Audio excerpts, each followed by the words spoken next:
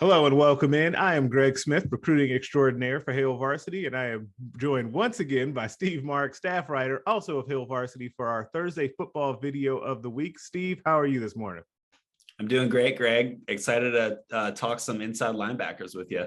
Yeah, that is the topic of the day: inside linebackers, which dovetails perfectly with your list that you've got going on of most intriguing Huskers. You are at what, number 9 right now, with Nick Henrich. That just went live on the site just a little while ago. So make sure you go and check that out, and you're subscribed to hailvarsity.com. Make sure you also like this video and subscribe to the Hail Varsity YouTube channel. We would greatly appreciate that as well. But we are talking about inside linebackers today because one of the things, and I don't know if this is a little known fact or an overlooked fact at this point, that Nebraska's inside linebackers, Nick Henrich and Luke Reimer, last year both almost had 100 tackles each. And so we're going to talk about that. How important is that to happen again? Like, do they need to take steps forward? What are the things that are kind of roadblocks in the way for that? So I guess I'll start here with this and discussing this topic, Steve. I guess, do you think it's an overlooked stat at this point? Is it just something that people have filed out of their mind? Because I don't hear it talked about a lot.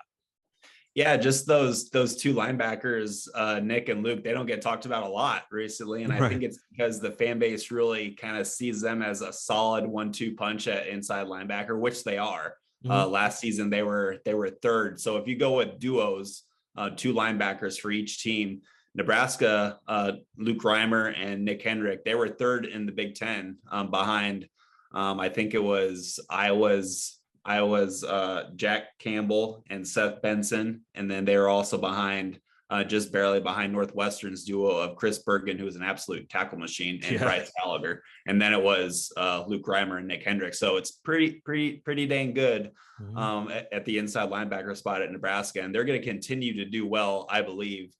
They're just fantastic. I mean, I think Nick Henrich is a really good downhill gap filling linebacker. And Luke Reimer is more of I think he's faster side to side, sideline to sideline. So it's they complement each other really well. But my question, I guess, going into the season is, last year, Nick and Luke had excellent play up front on the D line. Just kind of having those D linemen occupy that offensive line and eat up blocks and kind of create alleys for them to find the ball carrier. Is it going to be like that this year with a lot of new faces on the D line? I don't know. We're going to have to see. But just right now, Nebraska, I think, has one of the better 1-2 punches at inside linebacker in the conference. Yeah, which is really interesting to me. And I totally agree that they do have one of the better 1-2 punches at inside linebacker. And I think that that's a great position to have very good play at in this particular conference, because you mentioned the other 2 schools with the duos that were ahead of them. Wisconsin is also always in that mix as well. And you've got some other schools that always have just fantastic linebacker plays, particularly on the inside. It's just one of those positions in the Big Ten where, like, you almost have to have good inside linebackers in the Big Ten to have any type of success. You're just not going to find teams that are very good without having that, for a number of reasons in the conference. But I think Nebraska really has maximized these 2 guys, and that you look at Nick Henrich, and a guy that had all the promise in the world coming out of high school as a top 150 recruit, that had a lot of different offers and a lot of places to go. This is what you thought you would get out of him. Yeah. And then Luke Reimer kind of came out of nowhere as a walk-on that immediately, I think everyone has, or a lot of coaches have admitted this, that like really that first week of practices that they saw him, they go, oh, that guy's a little different. He's going to be on scholarship very soon. And he's just been very good. As long as those 2 are healthy, I do agree that they're going to continue to rack up tackles. But I'm with you as well that the key thing here is, can they be kept clean? So what I said that middle linebacker, inside linebacker is a spot that is always good in the Big Ten.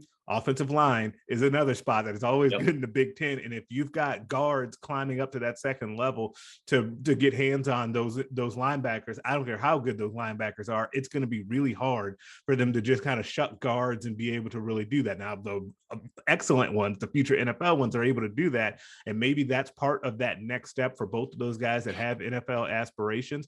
But you want to keep those guys clean with good defensive line play. And that is the question, because that has been the question all off season, right? It's why Nebraska went out and went heavy into the transfer portal to get the guys that they did up front. And so we'll have to see. That's going to be, we talk so much about those guys up front and being able to stop the run or even get after the passer, but a really underrated aspect or a part of their job, especially when they're in that 3-4 alignment, is can they occupy bodies to be able to keep those linebackers clean?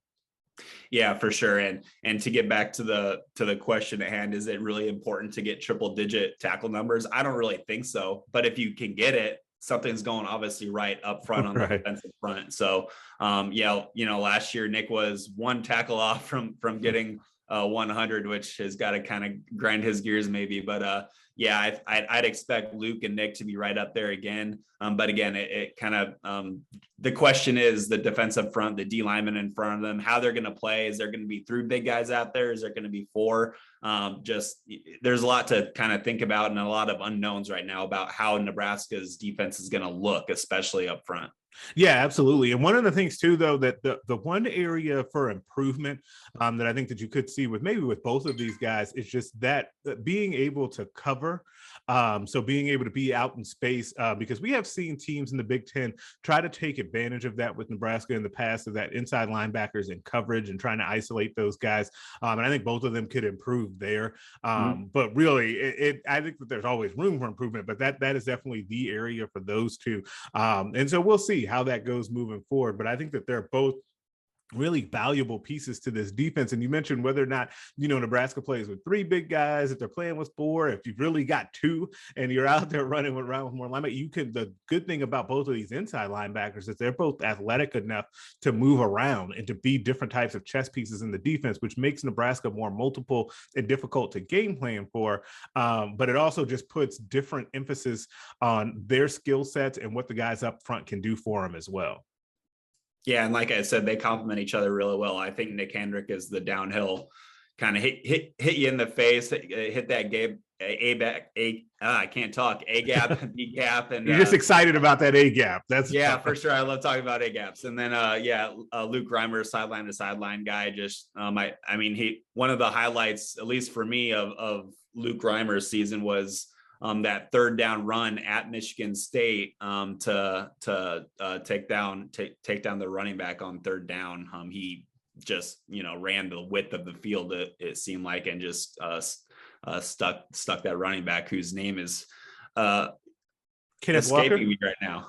Kenneth Walker. Oh, Kenneth Walker. That's absolutely right. Good job, Greg, helping me out. So yeah, Kenneth Walker. They gave him the ball on 3rd down on a run, and Luke Reimer just kind of skirted around an offensive lineman who was trying to climb to him at the 2nd level, and Luke just showed off that speed and stuck Kenneth Walker short of the 1st down marker. So I think we're going to see a lot of that from Luke this season.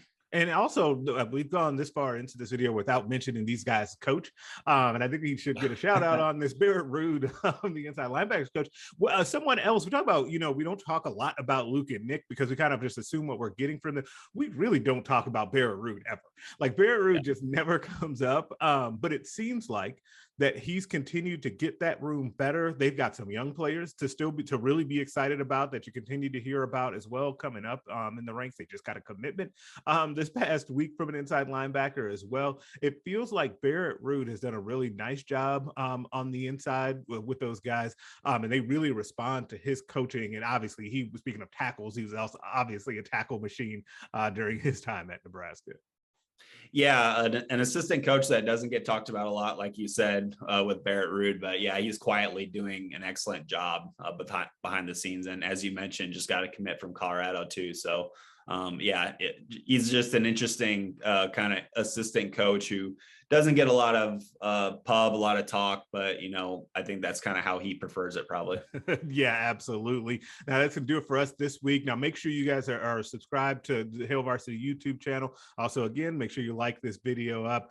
Subscribe to the Hail Varsity website as well, so you can get the magazine and all the premium content. And we will catch you guys next week.